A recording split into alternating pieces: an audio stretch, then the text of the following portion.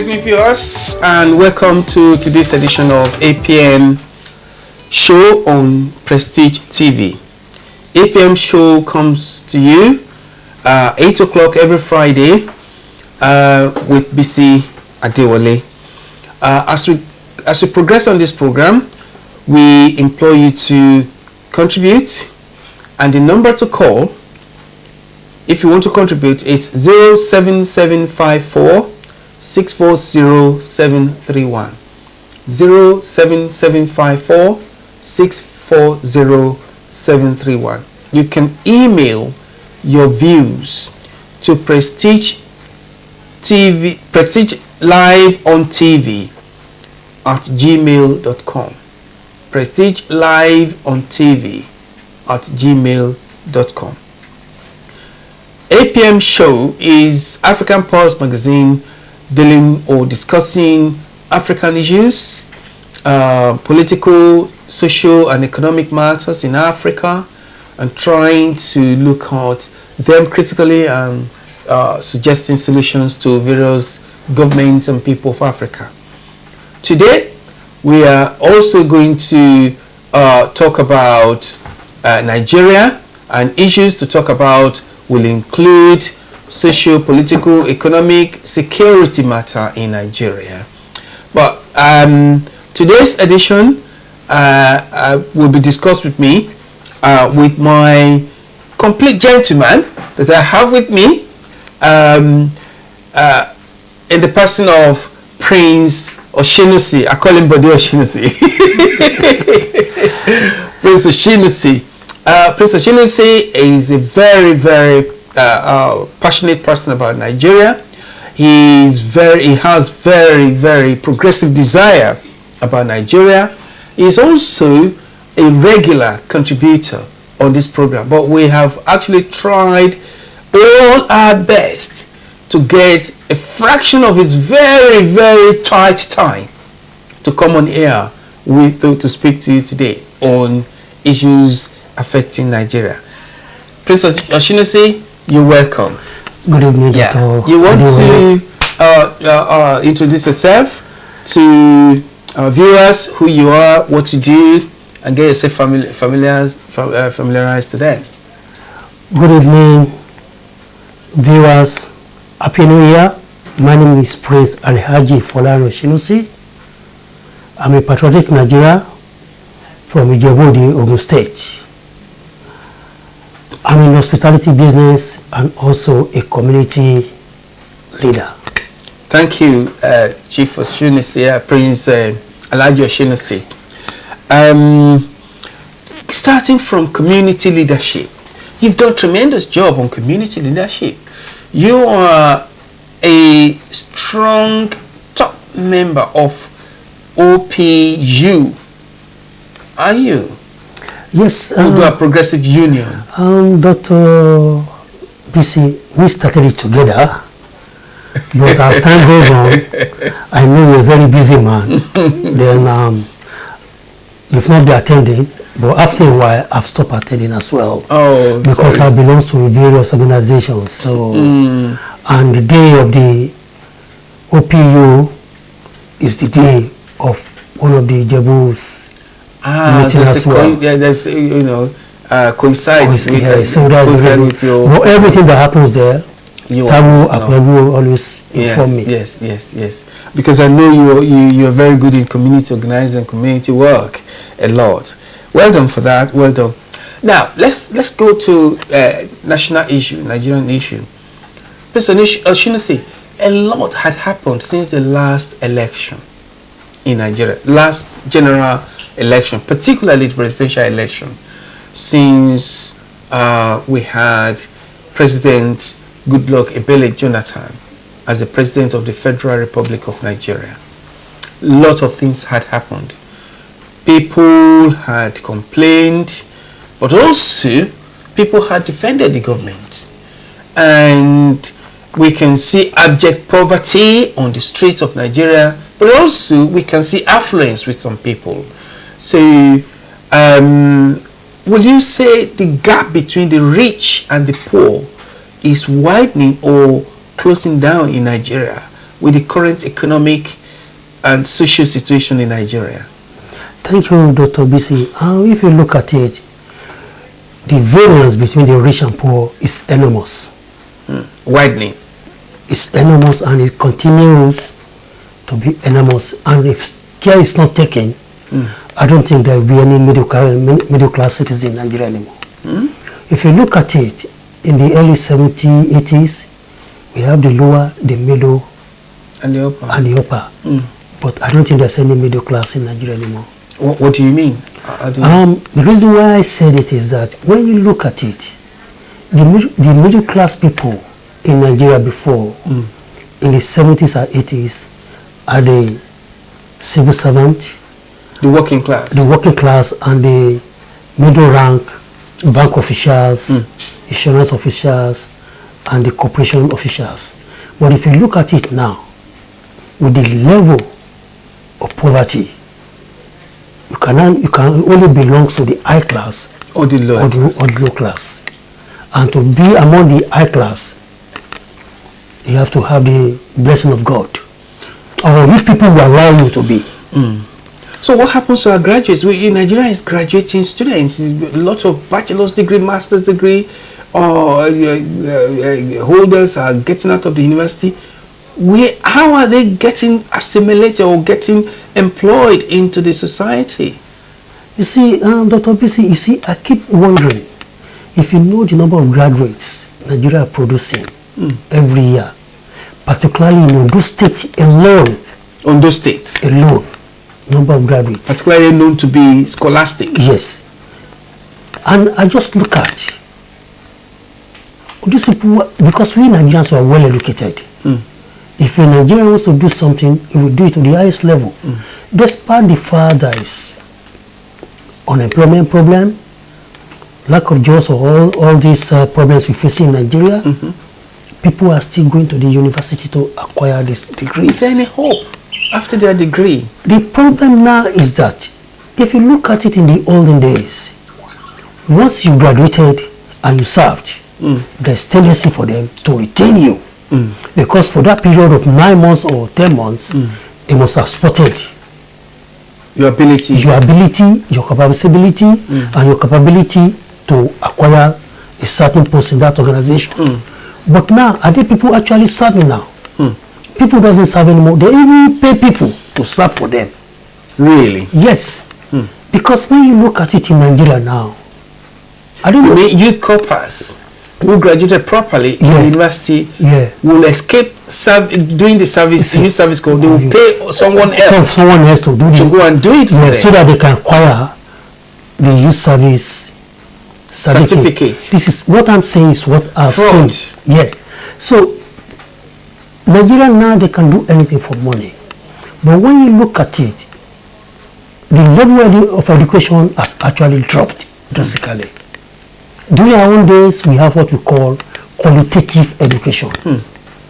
But now, they've got quantitative education. Because teachers are not being paid properly. And the value of teachers in Nigeria in the olden days are variable. Because they believe without teachers, you cannot even be a police officer. You cannot even be a pastor. Because a teacher is going to teach you how you go to read your Bible. A teacher is going to teach a military man is going to carry his gun. A teacher is going to teach a doctor.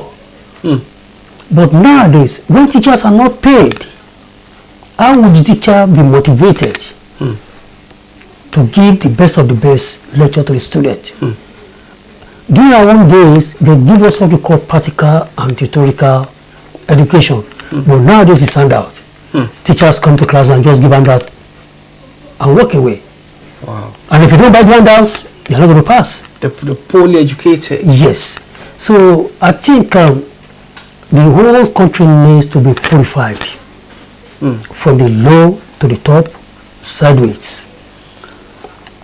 This problem of poor education, lack of job, no employment, could that be the reason why some youths join gangs of armed robbery and violent extreme violent organizations such as Boko Haram? Excuse me, doctor, if you look at it, education is the greatest weapon that can change the whole world. With education, you can go to any length. But with the level of education in Nigeria, that's caused a lot of problems. Because during their own days in the school, apart from normal education, there's what we call moral education as well. There's what we call religious education as well. And there's what we call traditional education as well. Everything is being incorporated together, and that gives the best of the best education. So because you're giving moral education, you're giving religious education, you will think of, how can I go and kill somebody? How can I be a band leader? How can I be a gangster? Because this education has been incorporated together. But nowadays, people doesn't go to school. People just go, they buy handouts, and they pay lecturers, and they get their qualification. So when these people are being employed, what are they going to do? They cannot serve. The only thing is for them to make a fraud. And when they are expelled, nothing for them to do. They now become armed robbers, join serious gangs, and all sorts of things like that. And then they cause havoc in society. Right. Lots of social issues to think about. You see, there's a lot of social issues to think about, because when you look at it, look at graduates who are driving taxis, graduates who are bus drivers. And you know, if you could remember last year, do you know the number of graduates, innocent graduates killed because they are seeking for job? Yeah. And what was the outcome? An inquiry was set up. Nothing was heard. Nothing was heard. Lethargic on the part of government. Yes. Okay. Right. Talking about government and governance in Nigeria. This is 2015. Yes. Less than 40 days, in about 40 days time. Yes. There will be an election, presidential election. Was it February 15? February 14. 14. Valentine's Day anyway. Yeah. So we should think it should be an election of love. This is run up to election now. Yes. Two major parties, PDP and APC. There are several parties. I think about 15 or 17 presidential candidates are going to contest the election. But we know about two major ones. And people have been saying that the 2015 election will determine the future of Nigeria, in the sense that people say they are fed up of the current government, they need change. That's from one part. The other part says the current government is doing excellently well, and Nigeria should allow the current government for a second term, that is Goodluck Jonathan, to go for a second term. And these are two contending powers, two contending forces actually. Yeah. So where do you see this thing ending? You see, when we look at it, let's go back to 1979. Normally we have 5 parties then. Yeah. But 2 of them are well recognized, the UPN and the MPN. And when you look at it, the APC's UPN. Traditionally. Yes. And the PDP is MPN. So it has been those 2 political parties. But you see, when we look at it, change is what is constant in life. If there's time for you to change and someone does not change, that person might regret it for the rest of his or her life. And that's the state my country is at the moment. If you remember 4 years ago, everybody was calling for Jonathan. That's right. But now people are calling for Buhari. So I'm just appealing to all my fellow Nigerians listening to this program. You vote for the best candidate. Although both parties, you have not seen their manifesto, and that's why I'm worried. That's important, actually. That is important. So what are they going to deliver to the people? What's their program? We haven't seen for both parties. And we are even calling for presidential debate. And this is less than so 40, what are you going to days. debate on when there is no manifesto? No manifesto. And it's only 40 days. So people are saying this 2015 election will decide the future of Nigeria. I agree. How then? How do you think it's going to decide the future of Nigeria? Because the reason I said go decide the future of Nigeria is that Nigerians want a change. The incumbent doesn't want a change. So now it's time for we Nigerians to fight for our right. So where do you see that? The reason I'm saying this now, the election should be free and fair. Okay. But I doubt it. The only way election can be free and fair should be that we all Nigerians has to be patriotic and we have to be disciplined. Discipline in the sense that electoral officer should be faithful, loyal and honest according to their national pledge and make sure the vote are counted properly and they should not take money because anything they do is going to affect not all Nigerians, including their own family. Yeah. So, I agree with you. and that's why people are saying 2015 election might decide the fate of Nigeria. Because another 4 years of Jonathan, only God knows what is going to happen. Another 4 years of Jonathan is going to show what's going to happen. Excuse me, Jonathan has been there for, I can say he has been there for 6 years. Not 6 years, sir. 8 good years. Yeah. Vice President. For 2 years. Acting President. For another 2 years. And first year of his own time. It's part and parcel of the late Sheikh Musa Yaradua. They said they got 7 cardinal points, 7-point agenda. Did he actually do one or 1/10 of one? 6 years is good, is okay for you to prove something. 6 years is enough. After all, a 6-year-old child started Primary school. And he or she can read ABC and 1, 2, 3, 4, 5, 6. Massive improvement. Yes. But what can my president show for? For the past 8 years. In fact, I can't say here because people are actually complaining about the level of corruption. It's so massive in the oil industry, in this everywhere.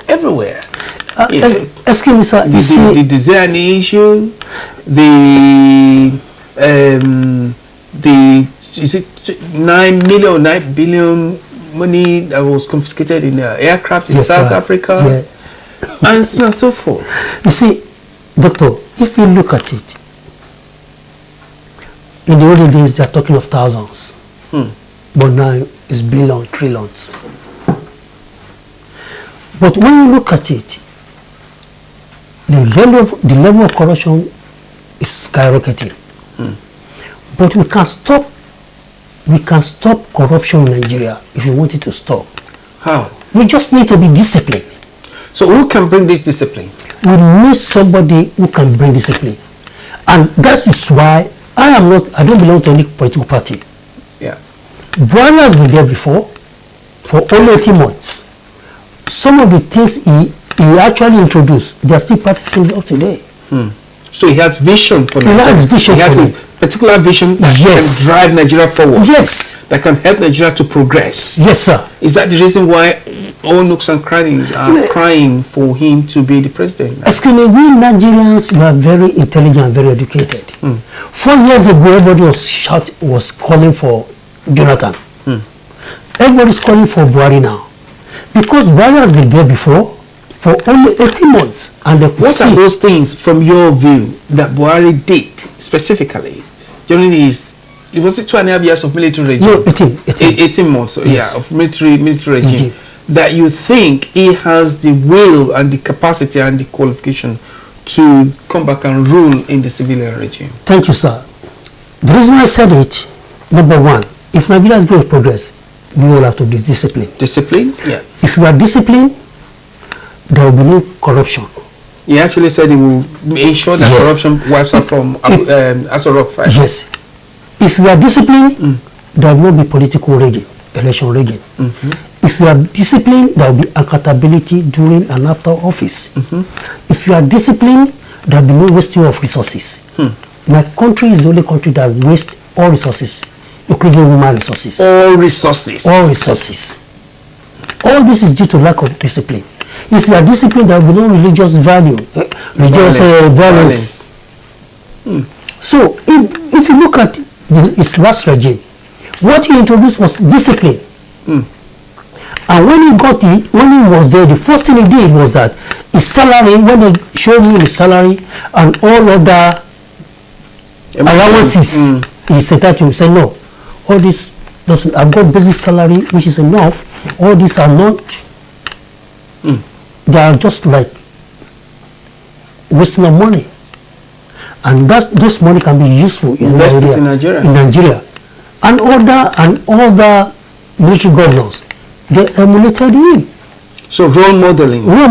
So it's a good Buhari, General Muhammad Buhari is a good role model. It's a good role model. Forget about party.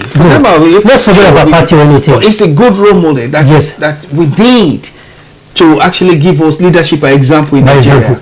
And if you look at them, they introduced basic discipline. That discipline is from all corners of Nigeria, including secondary school. If you are caught cheating in examination, you'll be expelled and be jailed. If you are caught smuggling, if you are caught drug trafficking, you know, they actually kill some boys for drug trafficking then. Now, when you come into this country, then they don't even check Nigeria because they believe if you are caught in Nigeria, you'll be killed. So, and if you look at it, the standard education was okay then. Most of our debts were being paid off. He built 3 refineries, and there's a lot of things he did. Good roads, wherever you may be, if you break the law, you face the law. Now, Prince Oshinush, General Muhammad Buhari did that when he was a military junta ruling the country. Yes. Under any military junta, military regime, the head of state can just wake up and say, this is what I want you to do, and he decrees it, and it gets done. Yes. Consider it done straight away. Yeah. That's the military characteristic. Yes. But this General Muhammad Buhari retired now. He's coming back. We're hoping to come back. We hope he comes back. Yes. He's coming back as a civilian president. Who has no military power to decree any law. Yes. So this passion, this vision, these programs that he implemented during the military regime by force may not be possible under the civilian regime, because all his ideas, all his programs must pass through the house to debate. Yes, sir. Assembly, the 2 assemblies, the 2 houses, the national representative and the Senate will have to debate it because they represent the generality of Nigerians before it comes to law. Do you not think that Buhari of the military time will not be the same as Buhari of the civilian time? Excuse me, sir. Once a soldier is always a soldier. Were you a soldier before? No, I'm not a soldier. Former president, retired General President Obasanjo, was a military officer. Was a soldier. And he ruled for 8 years. Civilian regime. Yes. Now, it might be difficult at first, but he knows how he's going to pass his way around. You understand me? Now, I believe all Nigeria everybody wants a change. And I believe the whole Nigeria will cooperate with him. You know, when Jonathan came in, we all are shouting for Jonathan 4 years ago. Everybody they cooperated with him until during the time when off-subsidy started. You understand me? Okay, off-subsidy. This is what we're going to do with the money. Nothing has been done. Nothing. You see, you understand what I mean? Deception. And you see people buying jets, armor cars. Look at the money seized from South Africa. I think our president has the largest number of private jets in the world. How many? They said 10 or I don't know. To himself. Yes. And we haven't got a national carrier. We haven't got a national carrier. So I'm still strongly believe that Buhari will do something. And now, people who are going to be in both houses, they should cooperate. They should cooperate. Yeah. They should cooperate. And I think every Nigerians want to change. Now, if you could look, there are some people coming from PDP to APC. Are there? Yes, because everybody thinks APC is the way forward now. And it's the increasing in number, the developing, the spreading. Yes, sir. And that's why I said this election, if it's free and fair, people who are going there to serve, let's go there, do the election free and fair. People go there, let them do their job. Professor Jega and all his men, they should be faithful, loyal, and honest to Nigeria. And the winner, let us be, because we need a change. Okay, let's hope that. Because the National Assembly is very, very important. Because without the National Assembly, there's nothing you can do. Let's hope the desired change comes in February. Yes. We're all hoping for a change. Now, thank you for that. Let's go to security issues before we round up. Yes, sir. Boko Haram. Boko Haram has reached a very potent level in Nigeria now. Yes, sir. And it has become a matter of concern for not only Nigerians but the international community. What is in Boko Haram that the government of Nigeria cannot deal with?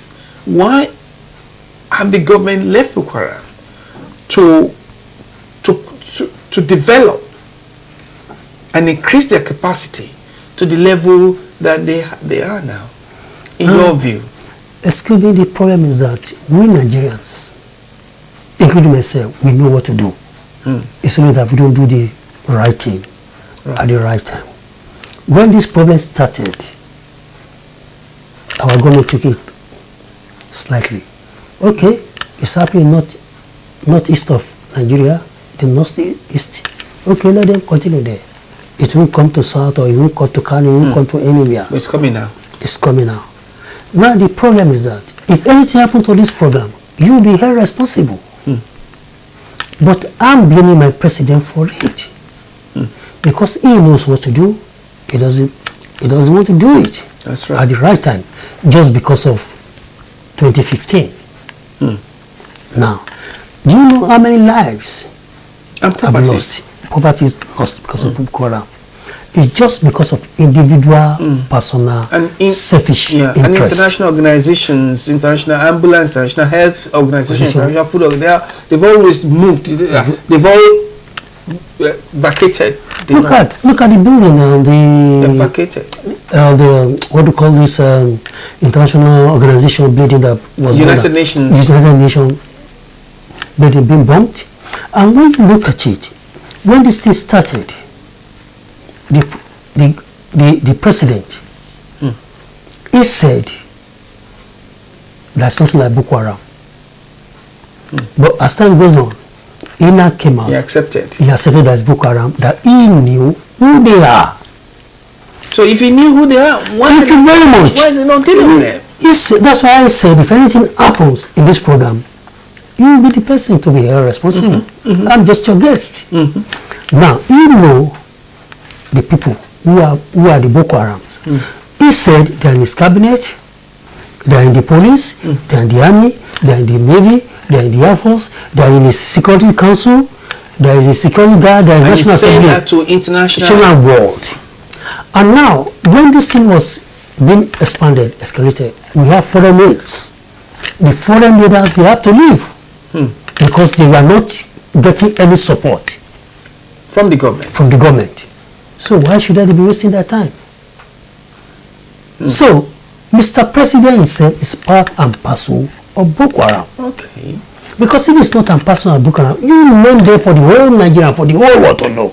We will know who Nigerian enemies are. So you reckon he's aiding them? He knows about them? We all know anything about? We all know what aiding and abetting crime is in this country. Because they will take you as the real offender. You understand what I mean? Okay, you know who they are. Why can't you name them for the whole world? And let Nigerians know Who they are. who the enemies are. The Boko Haram, they're just minority.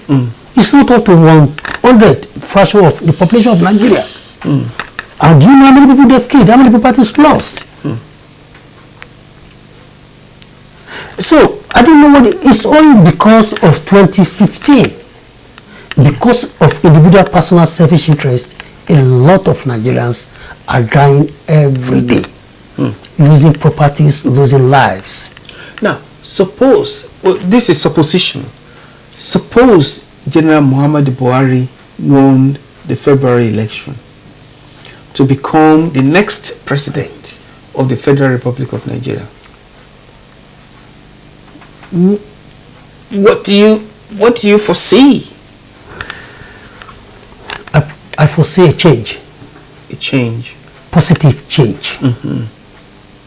Positive change for the benefit of our youths, for the students, for the pensioners, for everybody. Would some group of people allow him to rule? What I believe is that because everyone wanted a change, they might give him a chance of 2 years to see, as we gave Jonathan 2 years to settle down. But I'm sure Buhari would like to prove a point within the next 1 year. Okay. Do you not see any possibility of insurgents arising from any part of the country if Buhari became president? Excuse me, sir. Everybody know, once you contest an election, whether you win or lose, there will be some bitterness. Because the opposition, they have their own men. And some of their men, some of their party members is going to be in the National Assembly. So for you to pass some laws might be difficult. But you know, we human beings will change. As time goes on, for the benefit of the nation, you understand, they might think, look, it's right time for us to do something. To progress. To progress. And not cause problems. Yeah, and that's what happened during the second term of, because I believe Jonathan has already used 2 terms. 2 terms now. Yes. But he said, he said he already used 1. Yeah, he would not agree with you. So, I think everything... And his supporters will not agree with you. Will not agree. Anyway, thank you very much, Prince Oshinush. Thank you so much for turning up.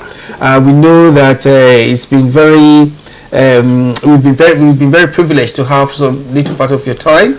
We know you're very busy, and we want to officially thank you for supporting us all through every Friday that you log on to this program and for all your contributions every week. Thank you so much, viewers. Thank you. Thank you, Dr. Hearing him, calling in. Now you see him live and flesh. Thank you. So thank you so much. I believe my country will move from strength to strength. From strength to strength. That's my the last country yes. Can change. Good. If we want it to change. Okay. If we all Nigerians can tackle Ebola, yes, there's no reason why we cannot move forward from 2015. That's right. I agree with you. There be no corruption. Let all be disciplined, and not for my sake, for the sake of generation to come.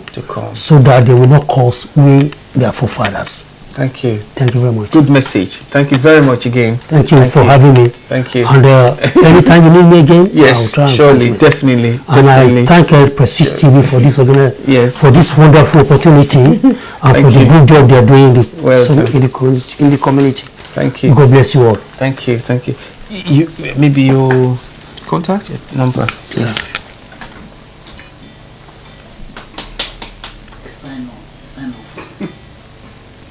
Ladies and gentlemen, this is where we're going to stop today. We'll meet you. We'll be coming to you next week. Thanks for viewing us. God bless you. Thank you.